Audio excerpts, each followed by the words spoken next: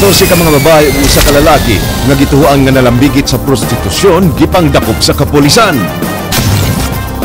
4 anyos nga batang lalaki gilugos sa kapuyo sa ihang lola. Kapulisan nagisulog dakop sa mga drug pushers sa Bukirang Barangay.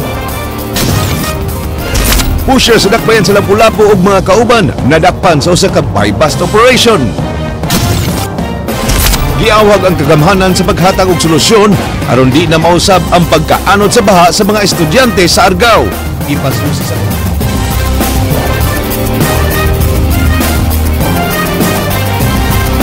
May hapon Sugbo, Kabisayan, aniya na mga balita uban ang kinitibuk ang puwersa sa News 5 Cebu karong adlaw Miyerkules petsa 10 sa buwan sa Setyembre tuig 2014. Ako si Glenn Soco. Inyo sa ming madungog simulcast sa Radyo 5 101.9 News FM alang sa mas komprehensibong impormasyon.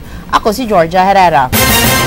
Georgia, mga kapatid, nabaniog dito sa kauluhan ang mga police officials nga nalambigit sa kidnap extortion nga sakop sa Quezon City Police. Nasagmuyo sa mong hitabo, Glenn, ang hepe sa Cebu City Intelligence Branch nga si Police Superintendent Romeo Santander kay iyang kadtong mga batchmates sa PNPA ug matud nini nakaapekto kini sa imahe nilang mga pulis. Andrea Patanya, Sugin Limi. Nakapaubos sa moral ug nakapademoralize sa kapulisan sa Sugbo ang pagkalambigit sa mga kapulisan sa Quezon City sa nahitabong kidnap extortion incident sa EDSA niadtong Setyembre 1.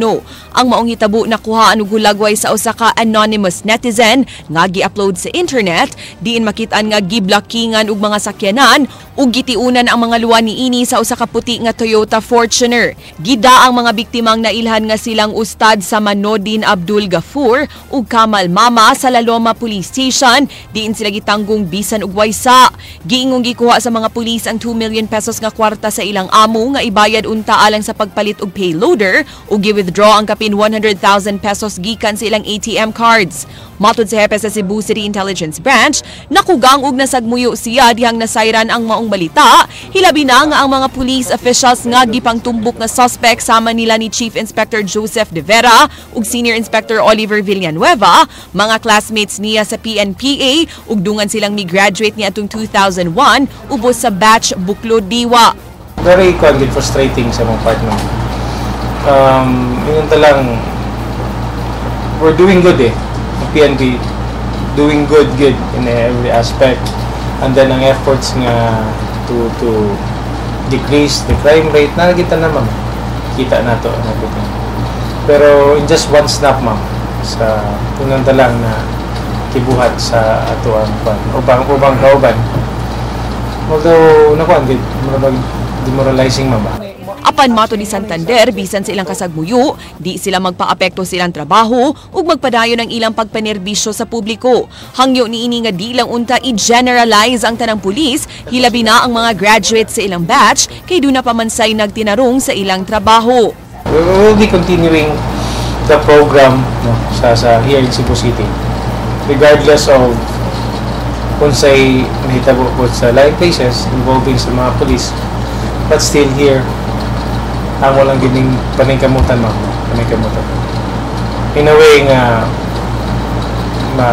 please na mo whatever the public would want us to do.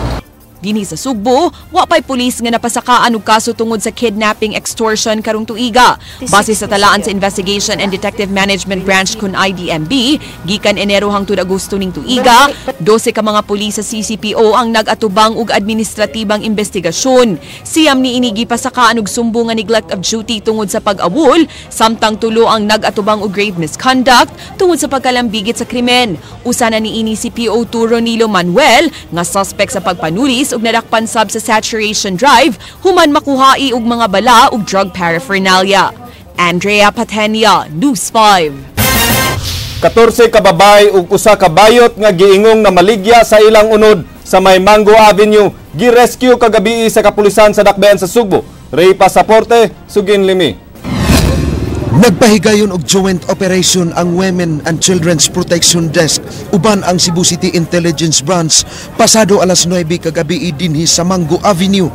Giingong mga commercial sex workers ang kining maong mga babae nga kada gabi mag-istambayan sa maong lugar aron sa mangitag langyaw nga customers. Joint operation sa City Intelligence Branch and sa Women and Children Protection Desk. Aning mga kababayan nato nga nasulod aning matawag nato nga prostitution. Pero kani siya ato aning rescue operation gitungod ato ning isalbar sila from that activity. Kung halos kanila nanabon, dunay usa nga daw modelo pa nga naghinawak og way kahadlok nga miatubang sa kamera.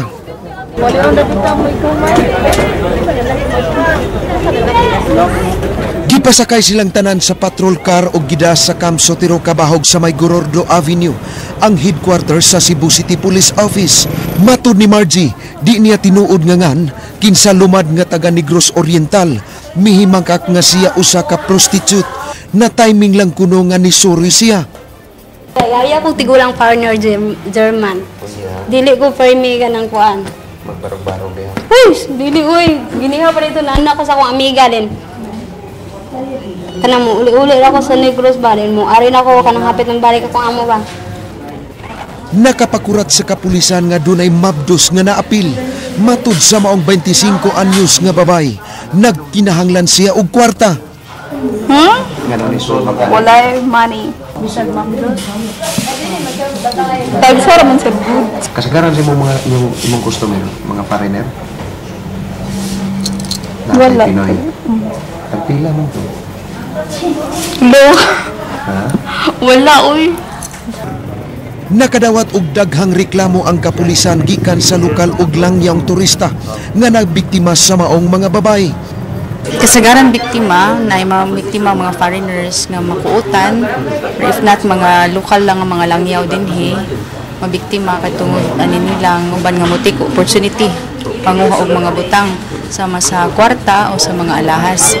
So na-reported po na itong cases nga napoy mga minor ani nila. So kinahanglan ato gini silang i-save from that illegal nga activity. Gikuhaan sa WCPD sa ilang mga ngan og address ang ilang na-rescue aron ilang mamonitor kung ugaling duna na say moreklamo og pagpangawat. Giturn over sa WCPD ngadto sa DSWD7 ang maong mga na-rescue aron matabangan ug mapangitaan og paagi sa ilang kahimtang aron dili na mobalik sa naanda nilang trabaho. Ray Pasaporte, News 5. Giturnover na sa Women's and Children's Protection Desk sa Cebu City Police Office ang 14 ka mga babae usa ka bayot nga ilang na-rescue kagabi sa may Mango Avenue ngadto sa Gender and Development Focal Person sa Barangay Kamputhaw. Gawas nga buot sa kapulisan nga malayo ang maong mga na-rescue sa prostitusyon, gipaubos na sab sila sa profiling aron dunay records ang pulis nila ing kasog makadawat na sabog reklamo. Matud pa ang barangay officials na ang mupaubos nila sa intervention ug nang hinaot nga unta hatagan silang panginabuhian aron di na mubalik sa prostitusyon. Nanawagan ni dili lang kay dili sa among mga kaubanan sa PNP but also to other agencies nga concerned nga may unta nga matagaan gid sila proper intervention para makahibaw sila kung sa ilang paingnan at the same time matagaan sila laing option nga dili na mobalik aning sex trade. So, livelihood na. Most probably kana livelihood gyud mao gina ato ang pinaka-aim matagaan sila for livelihood programs. 42 anyos nga lalaki kinsang ginudahang bayot gipasangin lang ng lugo sa 4 anyos nga batang lalaki. King Perez, Sugin Limi. Nabilanggo sukad kagahapon sa Mambaling Police Station ang usa ka Samuel Yasanya, 42 anyos. Human pasanginling ng lugo sa 4 anyos nga batang lalaki nga apo sayang kapuyo dinhi sa barangay Mambaling, Dakbayan sa Sugbo. Gani kagahapon mikatap ang hulagway sa suspect sa social media human siya dakpa. Nihilak yun ko kanina hangtod karon. Nagigda-igda ko diri nihilak yun noong ko kay saan naman ako ang trabaho ugma ni. Migawa sa medical legal examination sa Pink Room sa Vicente Soto Memorial Medical Center nga dunay lacerations ang lubot sa bata. Ano ito likas balay ni Sami ganiha? Ngano man? Ayoko na sa Apan matud sa suspect nga miadto ang bata sa ilang panimay ug gitagaan niya og 5 aron makapalit kini ug dili bayad sa iyang gihimo. Tapos ingon ako gitagaan ako kuan Sensiyo. Pamalit nga to, ayaw paghatag og laing mga bata dito. Kuhan kay unya, mukatkat na pud ka unya. Nanong ko na tumang ka, anong abot mo sa kadidto. Ang siya, yung kong gitawag, gaduwa na ko na siya. Ang siya, aligit, tagaan kag 5. Mo to, disaka siya. Natinga na lang ang sospek kung nganong gipadakop siya. Nahibulong bitaw kung anong na ay mga barangay nag-atos ko Naghigda-higda ang baya ko to sa taas. Parehas ko din nga niyo, naghigda-higda. Parehas ana ay niya. Di na ako mabuhat kay 5 katuig pa lang ng bataa. Unsaon na ako. Nisulti na siya na ako. Naya na siya, kung nagdugo. Kung nagdugo mo na imong siya, pasok ko ng sami. Pasok ko ng sami ba siyang lubot. Gibutyag sa inahan sa bata ang gidanggas ang iyang anak human sa hitabo. Desididong mopasaka og kasong rape ang kabanay sa mga bata aron sa malikayan ng hitabo sa uban pang bata. Dugay nang nagduda ang mga ginikanan sa bata nga bayuton kini. Umbot mura bayot siguro.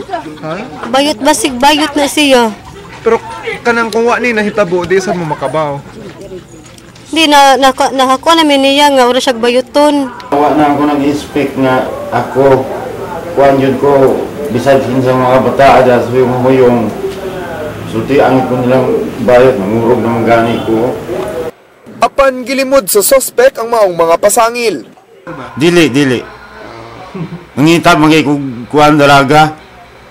King Perez, News 5. Subay sa maong balita, abagan sa WCPDO sa CCPO ang kapulisan sa mambaling sa pagpasaka og kaso batok sa step-lolo nga nag-among-among sa 4 anyos nga batang lalaki. Andrea Patenya, Suginlimi. Mipasalig ang hepe sa Women and Children's Protection Desk sa Cebu City Police Office nga mutabang sila sa Mambaling Police Station sa pagpasaka og kasong kalapasan sa RA 8353 kun anti-rape law with RA 7610 kun child abuse batok sa 42 anyos nga lalaking mipahimo sa 4 anyos nga apo sa iyang kapuyo. Dugang ni Police Inspector Arieza Otida, gilihok na sab nila karon ang pagpaubo sa psychological intervention alang sa batang biktima. Kani undergo gina siya gyud og kuan sir, psychological nga kuan. Kana stress debriefing kay lalim pero it would be the responsibility for the social worker na amo nang ikuan right after the filing of the case. So tagaan gyud ni siya og program nga para ma-debrief siya from that very traumatic na incident. Base sa ilang nakuhang impormasyon, dunay mga taho nga bayuton gyud ang suspect, mao nga ilang gikahadlok ug basin duna pa kinilaing mga batang na biktima gawas ni alias Jackie. Panawagan nila nga kun duna man gani, di kini mahadlok mo report sa kapulisan.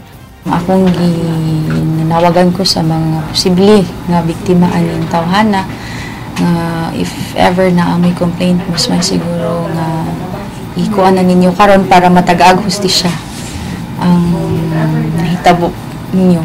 And willing ang kapulisan mo tabang if ever na complaint against this person. Samtang tambag ni Otida sa mga ginikanan, bantayan gyud og maayo ang ilang mga anak ug di mosugot nga ipahimamat kini ni bisan kinsa. As parents, we should take precautions po. Di lang kay siguro to focus more on our work. Papangita o panginabuhi kasi sa makalimtan na nato unsa atong pinaka main responsibility as parent. So we should also see to it nga ang ato ang bata kung manabaho magita na mabinlan ang nabinlan masaligan gyud. Andrea Patenya, News 5.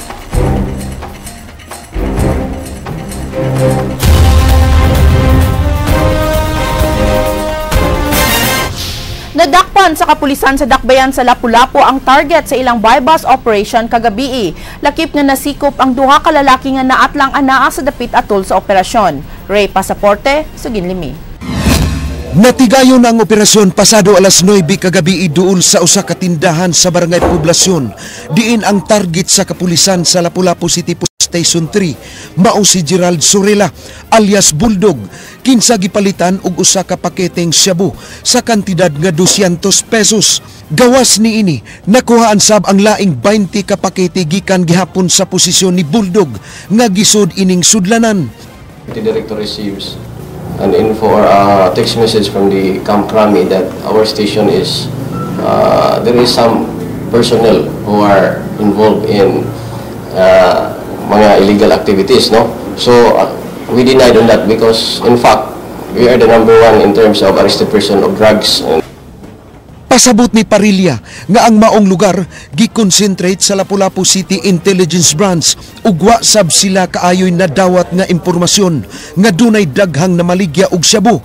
Mao nga nitutok sila sa pagpanakop sa laing lugar. Si Sorilla, so maka-dispose sad siya og more or less 5 grams, no, sa in a week, not in a week, so di kaabot siguro og 2 days or 3 days lang ana niya. So muna siya atuang na obserbahan nga sa atuang monitoring.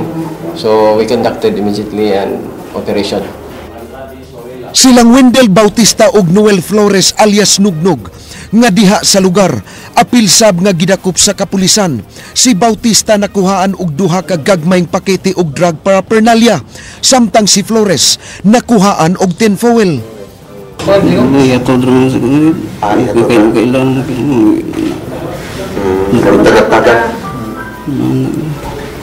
Pilang itagap sa kuwan.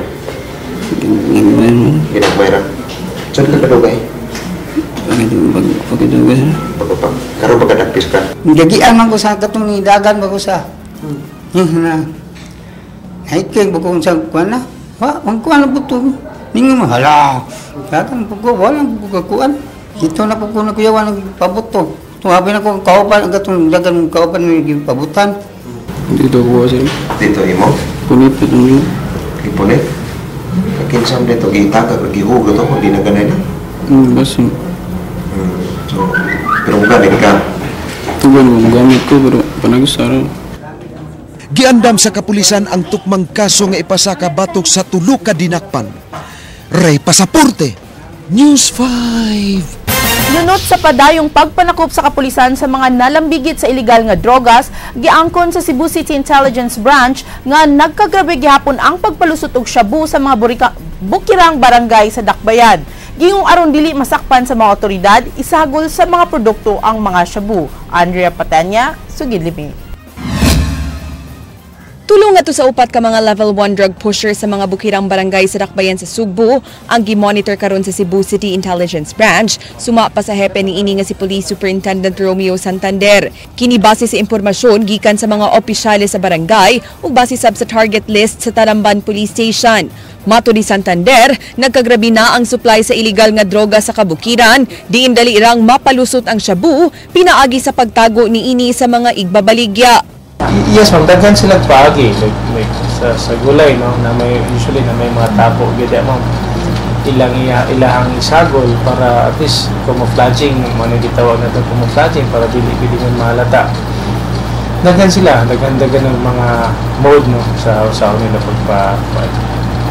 Kagahapon, upat ka mga giingong tigpayuhot ug iligal nga drogas ang nasikop ug dulan 300,000 pesos nga balor sa shabu ang nasakmit sa mga sakop sa Regional Anti-Illegal Drug Special Operations Task Group sa sitio Tapuco sa Barangay Pitos. Kay numduman nga gipahibaw sa konsehal sa maong barangay nga kadaghan ng suway nga girondang ilang dapit apan tinagsara ang mga masikop. Mato ni Santander, di gyud sayon mo pahigayon og mga operasyon sa bukirang barangay sa Dakbayan, sanglit grabe kaayo ka mabinantayon ang mga mulupyo sa lihok sa mga pulis. So, siguro makita nila nga may dakop ginagmay. Tinuod na siya, ma'am. Pero sa gingon ako, it should be well planned. Di mo ginanga mo diretso dito. Why? Kung mo ato mi dito na sa area, we're using a different vehicle. Wala na, ma'am eh. Just by mere texting lang, by mere calling. Wala na, inigabot na mo dito, mingaw na. Kung makita lang gito yung area, yung kalisod-lisod yun. And then, unusual kanila kung naisakyan ng lahi ng mga ito dito. Dugang sa hepe sa CID, dagko og operasyon ang mga pushers nga subject nila karon, diin moabot sa lungsod sa Konsolasyon ug kasikbit nga mga lugar ang ilang supply. Andrea Patenya, News 5.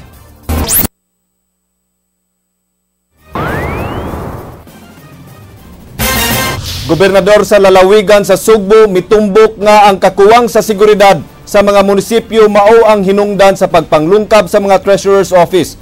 King Perez, Sugin Limi. Matud pa sa mga sakop sa NBI 7 nga nasugdan na ni adtong Lunes ang lie detector test sa tulo ka mga empleyado sa City Treasurer's Office sa Toledo. Duha ka babae ug usa ka lalaki nga mga empleyado ang gidudahan nga nalambigit sa pagkawat sa gibana-abana nga usa ka milyones ka pesos nga nawalang kwarta. Ako yung duda nila, no? Although I don't want really to speculate, pero doon some inside job dito nila ni. Maybe ka ng mga badlungon nila diha. Na who would know? Kay who would know? Isa may lain na hibaw ka doon ay kwarta na itago sa Treasurer's Office, sa Vault Panalitan. It has got to be an insider. Nagtuo ang gobernador nga inside job ang nahitabong pagpanglungkab sa laing upat ka mga lungsod nga nakawatan sa ang Treasurer's Office. Wa nagtuo ang gobernador nga human silang gihimong Provincial Peace and Order Council meeting ni adtong Sabado, masundan dayon kinig laing pagpanglungkab ni adtong Domingo. Nahibong ang gobernador kon nganong gibilin langsud sa Treasurer's Office ang minilyon nga kantidad sa kwarta.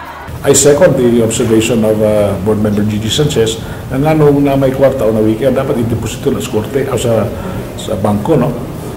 Tambag sa gobernador sa mga apektadong munisipyo ingon man sa uban pang mga munisipyo sa mga kalungsuran nga mas pahugtan pa ang seguridad sama sa pagbutang og CCTV cameras, pagdugang og mga gwardiya ug increased police visibility sa munisipyo. Atong sugyot nga mga LGUs should also install CCTV cameras, especially in mga sensitive areas within the municipality, sa boundary pa po, aron ma-enhance ang atong security sa kalungsuran. King Perez, News 5. Laing duha ka driver nga dunay mga traffic violation nga wala masettle ang gidakop pinagi sa usa ka bench warrant nga gi-issue sa korte. Ang nadakpan mao sila si Ray Villarin ug Danilo Tamayo. Karong adlaw dugang 30 ka mga bench warrant ang nadawat sa Sitom. Ang ilang giawhag ang mga driver nga mubayad sa multa sa ilang violation aron dili mapasaka sa korte ang sumbong. Usa sa mga driver misugyot nga sa operators ihatod ang mga subpina sa korte kung dili matultulan ang ilang gipuy-an.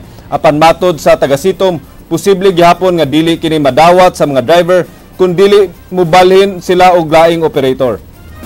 Anin daw tunta na nga makuan gid nila og di adto ba nila ko sa operator para makuan na mo kay nagi kanagoy na nang nay madakpan me. Pwede magilargo nila na sa operator unta og kuan kay naman ay address ang kuan. Para madawat na mo nga di pa yung nani unta kamal bay. Nani nga wa mi nadawat gud. Ig na pa nadawat di mubayad ay tunta 500 pa kontra 2,000 na. Direct sa operator. So sila may madakpan, ilahan mang lisensya. Dili man ang operator atong gisyuhan ang driver man. Iuban nga bisan nakadawat para atong dakpan to permero nga baliwala lang ba. Kaya korte guna. So wa sila mo tahod sa korte. Ngari ko kay bayad lagi. Pasok mo nung ko diri no. Dato nga nawagan ko sa mga mo nga ngarion lang ko nila bagay. Why nakikis ko ang nagawas lang ko. Makadawat og hinabang gikan sa dakbayan sa Sugbo ang pamilya sa 15 anyos nga estudyante kinsa naigo sa kilat niadtong Lunes. Matod pa ni City Administrator Dr. Lucel Mercado, 10,000 pesos alang sa burial assistance ug 8,000 pesos alang sa lungon ang madawat sa pamilya niini. Matod pa ni Mercado nga wa pa mudangop sa City Hall ang pamilya sa namatay. Namtay burial assistance. Kanang kun bisra ka na abi atay burial para sa lungon o para sa burial assistance ng 10,000. Pero so far doon sila for help. Wala man sud wa man. So far ni doon pero kana bitang atong burial assistance iatag mo gina nato. Ipasusi sa gobernador sa buhatan sa provincial engineers kung unsa ilang mahimo aron dili na mausab ang pagkaanod sa baha sa tulo ka mga estudyante dito sa Argao. Si Governor Junjun Davide kinsa taga Argao nagkanayon nga adunay mga susamang suliran ang uban nga dapit sa ilang lungsod. Ang Kapitolyo mohatag usab og burial assistance ngadto sa pamilya sa mga biktima. Yes, it's sad no, na mga bata na matay tungkol sa flood dito sa Kalagasan. Sa amor ng lungsod yun. I plan to contact Mayor Galeos today kung saan na ito pagtabang sa Juan. But the province is ready to assist the family in terms of... Upat ka mga estudyante nga nakalingkawa sa pagkaanod sa baha sa lungsod sa Argao gipaubos sa stress debriefing. Gihangyo usab sa opisyal sa barangay nga hatagan og paagi sa lungsod aron dili na mausab ang trahedya. Jinky Bargio, Suginlimi. Nagpabilin nga normal ang klase sa Kalagasan National High School sa Bukirang Barangay sa lungsod sa Argao bisan sa kalit nga kamatayon sa tulo nila ka mga tinun-an. Apan sa upat ka estudyante nga nakalingkawas sa pagkaanod sa baha, bugtong si Jemary lang ang mieskwela. Labas pa siyang panumduman ang ilang gidangatan niadtong Lunes sa hapon. Ang pagkagabi, gidam ko ni Erkyle. Pati niyang hila kung ito nga. Kuhan siya nang mahadlok mo agi sa sapa. Hantod karong gani ka nang wala, iko'y tulog kay paggabi, pati kuhan. Siguro na atong paglunis sa hapon. Human sa hitabo, kining uniforme o cross mao'y nagpabiling timailhan nga dinhi ining sapa nga utlanan sa Barangay Kalagasan ug nilutog na nga anod silang Rachel Pasahe, Caroline Marson ug Earl Kyle Sardido. Naabot mo ito ka Kikoy kay nangitag tabang para makuha sila niya. Ningon sila nga, di ako na makuha kay kuhan ka na. Dako na kay baha niya, daghan kay bato dito. Ang school head sa eskwelahan nga si Rizalina Sambola nagkanayon, nagidismiss niya ang klase sa mga bata dihang nagtaligsik pa. Wa siya magdahom nga sa kalayo na sa ilang gibaktas, maabtan mga estudyante sa dakong baha. Pero katong panahon na, wa dyan ko ni-decide hayag kay dire, niya taligsik ra. Mga 2 o'clock to 3. Habo-habo. Wa ko ni-decide nga, kuan ka nang ipapaulion ng mga bata. Kay normal na dire nga masigulan. Si Kapitan Chidolo Albert Kamihangyo sa kagamhanan sa lungsod sa Argao nga himuong prioridad ang pagtukod og mga footbridge sa upat ka sapa sa Barangay Kalagasan. Walay lugar ba nga murag stable nga ana namong ibutang. So nga akong nakita nina og mahimo imbornal og mahimo pod mapaabot ni Gobernador Junjun Davide ato ang gobernador sa Argao maluoy unta siya nga magahinan mi og budget ana kay halos magludluhod mi nga mabutangan di magid kaya namo sa barangay ma'am kay ilabi karon mo bitaw siguro mag-meeting mi akong mga magtutudlo po dito kaya to sad nga tan-awon og unsay dili na unta mausab. Ang upat ka mga estudyante nga nakalingkawas sa pagkaanod sa baha, ipaubos sa stress debriefing sa mga sakop sa Department of Social Welfare and Services sa lungsod sa Argao. Jinky Bargio, News 5. Nasuta sa Cebu City Disaster Risk Reduction and Management Office nga dili delikado ang pagpangliki sa yuta sa Barangay Sirao samtang ilasab gibantayan ang posibleng paglumpag sa usa ka pangpang sa barangay sa Pangdako. Leslie Caminade Vestil, Suginlimi. Di na ngay pang mahadlok ang mga mulupyo sa Barangay Sirao, Cebu City, human mangliki ang yuta sa dapit niya itong miaging simana kay matud pa ni Harold Alcotain, kinsa sakop sa City Disaster Risk Reduction Management Office nga mo'y may pahigayon og pakisusi, ilang nasuta nga gamay ra kaayo ang liki. Giingong resulta kini sa gamay paglihok sa yuta ug pagpunay og bunog sa kusog nga uwan. So among gi-check, evaluate din mo ang area. So far as a assessment ang level sa ato ang gikuan dito is low ra kayo kay di possible siya sa landslide ba. Napaglantawan sab nga posibleng mahunlak ang pangpang sa barangay sa Pangdako nga adunay nahitabong landslide kaniadto kun magsigi ang pag-uwan. Magpadana sila og heavy equipment alang sa himuong operasyon sa dapit. Kato kung magsigi jud uwan nadjay posibilidad nga magsigi siya kankan. No dili massive, kankan lang siya, dili massive. Mo tay amo tong gi-request gali ang amo ang kining ERMM nga mahimo makuan na lang ning panahon maka-assign tag panato kanang heavy equipment so that to clear the area.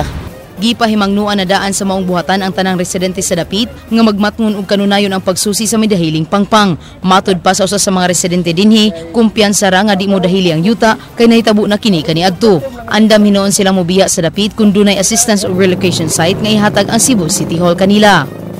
Og dula may location nga ang makaayon ni wa ari biya pumdiri kay matagal dia udi la ma landog dia di ginamunsa.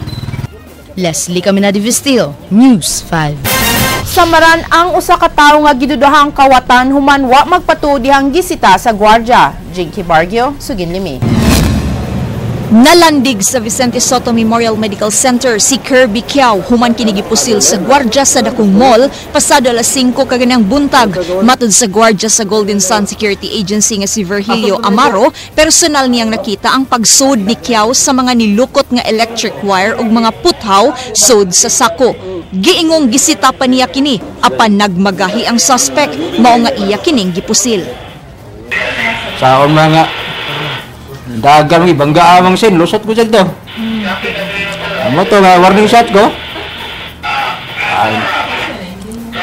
Napaagit siya nako. Matud sa kapulisan sa homicide section nga ila pang palawman ang investigasyon ug kuhaon sab ang habig sa suspect. Bisan pa man sa hitabo, pasakaan gihapon og sumbong ang gwardya nga nakapusil sa gidudahang kawatan. Ito sa nandawaton nga istorya, anyway, ang katong ato ang biktima anytime makasulti man to kung mahuman na to siya opera. Ang suspect kinsa nakaiagom og samad siyang dapi-dapi anaa sa luwas nga kahimtang. Jinky Bargio, News 5. Kapin sa 62 million pesos nga budget gikan sa development fund sa lalawigan sa Sugbo, giri-align ngadto sa dinalian nga proyekto sa Kapitolyo. King Perez, Sugin Limi. Naghugpong kaganihang buntag ang mga sakop sa Provincial Development Council nga gipanguluhan ni Governor Junjun Davide. Ang ilang gihimo mao ang pag-approve og mga resolusyon nga nag-realign sa kwarta gikan sa Development Fund ngadto sa mga dinalian nga proyekto sa lalawigan. Mikabat sa kapin 62,167 pesos ang giaprubahan. Kini naglangkob sa 49 million pesos alang sa pag-ayog paghimo sa mga provincial, municipal ug barangay roads. Laing 1 million pesos alang sa Ecotourism Development Program nga gikuha gikan sa 50 million pesos nga budget alang sa pagpatukod ug pagpaayo sa mga buildings. Ang 2 milyones pesos nga gigahin alang sa restoration sa Museo Sugbo gibalhin alang sa ubang museum ug heritage sites sa lalawigan. Ang 1 ka milyon ka pesos nga alang sa Cebu International Convention Center gibalhin alang sa pagpaayo sa Cebu Cultural Center. Ang kapin 9 million pesos alang sa feasibility study sa Transaxial Highway gibalhin ngadto sa Philippine Rural Development Program sa Department of Agriculture. Matod ni Governor Davide, adunay pribadong sektor nga may voluntaryo sa paghimo og libre nga feasibility study sa Transaxial Highway. There is a proposal, although not officially, they have not officially proposed to us yet, pero our PWG sa Transaxial Highway has been meeting with them. So there's a Malaysian group interested in conducting a feasibility study sa Transaxial Highway at no cost to the provincial government.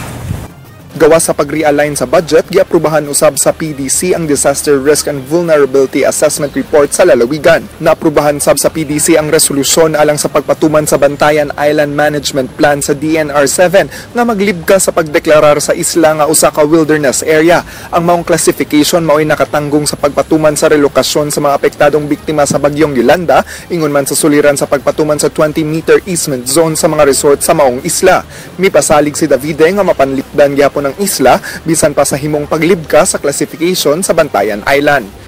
Doon lang ni kaso kay, if you recall, there were bills filed in Congress before from the time pa ni Congresswoman Clavel Martinez seeking to lift the classification of Bantayan Island as a wilderness area.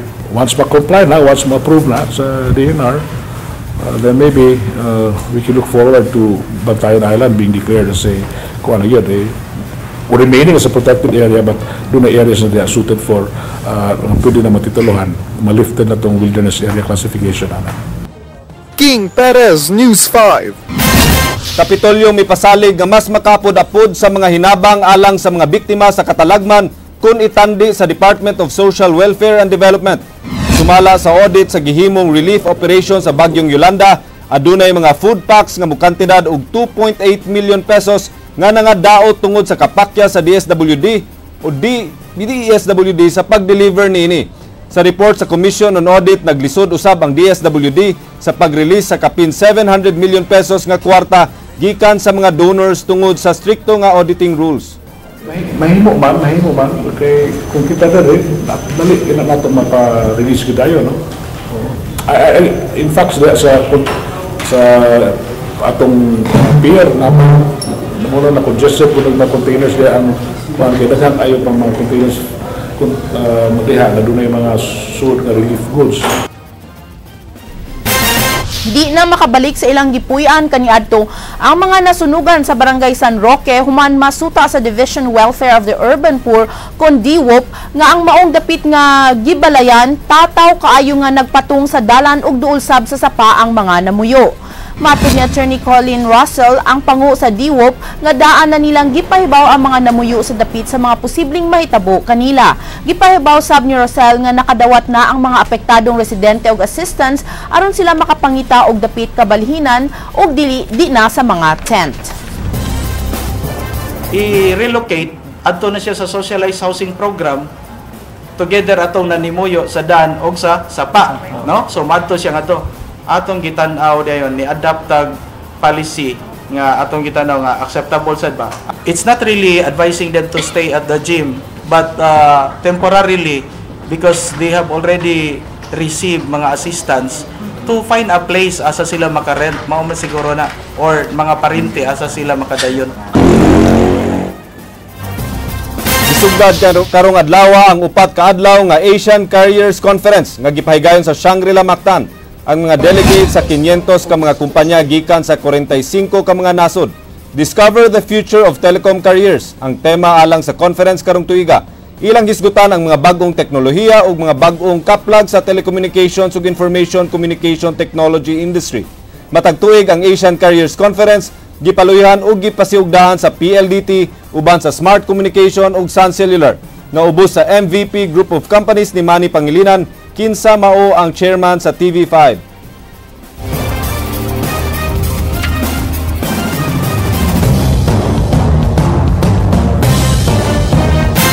Dili pa masiguro kung malakip ba sa pagduaw sa Santo Papa ang Sugbo sunod tuig. Matod ni Cebu Archbishop Jose Palma, way konfirmasyon ang Vatican kung asa muadto ang Santo Papa. Ang pagkahilom sa mga lugar nga atuan ni Pope Francis kabahin sa seguridad. Gitakdang moabot ang Santo Papa Enyero sunod tuig alang sa pagbisita sa mga lugar nga nakasinati og grabing kadaot tungod sa bagyong Yolanda. For sure he will come, no? January 15 sa gabi 16, 17, 18, no? But the details wa nila gi-publish and all we can do is wait for siguro confirmation of the details of the visit.